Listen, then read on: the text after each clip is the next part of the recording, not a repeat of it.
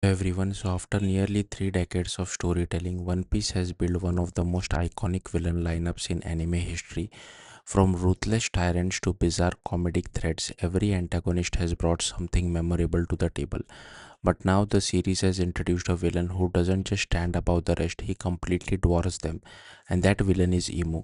The recent chapters of the Elbaf arc finally gave Emu a proper spotlight, and the result is nothing short of overwhelming.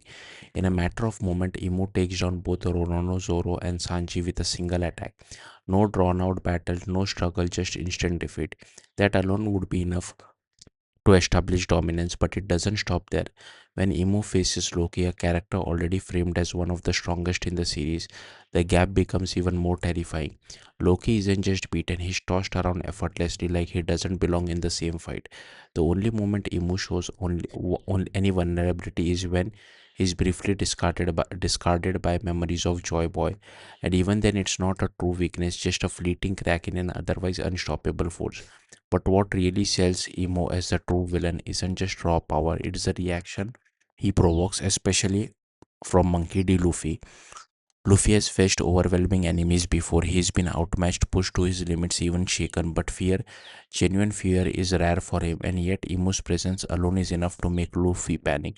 Instead of rushing into battle, Luffy focuses on recovering his strength as quickly as possible, desperately eating so he can stand a chance. He senses something through Imu's haki, something so dangerous that he believes everyone could die if he's not ready. That level of urgency, that instinctive fear, says more about Emo than any fight ever could. What makes this even more impactful is the build-up. For nearly a decade, Emu existed only as a shadowy figure, a sideout quietly controlling the world government from behind the scene. That mystery created enormous expectations. Fans speculated, theorized, imagined what kind of character could sit at the very top of the world. And now that he is finally here, Emu doesn't just meet that hype, he exceeds it. His design is striking, his presence is oppressive, and his strength is undeniable. Every scene reinforces the same idea. This is not just another villain. This is the end game. That's exactly what the final saga of One Piece needs. After such a long journey, the story demands a final antagonist who feels insurmountable, someone who can push Luffy beyond anything he's faced before. If the final enemy felt underwhelming, the entire conclusion would lose its weight. But with Emu, that's clearly not a concern. What's even more exciting is that this might not be even his full power.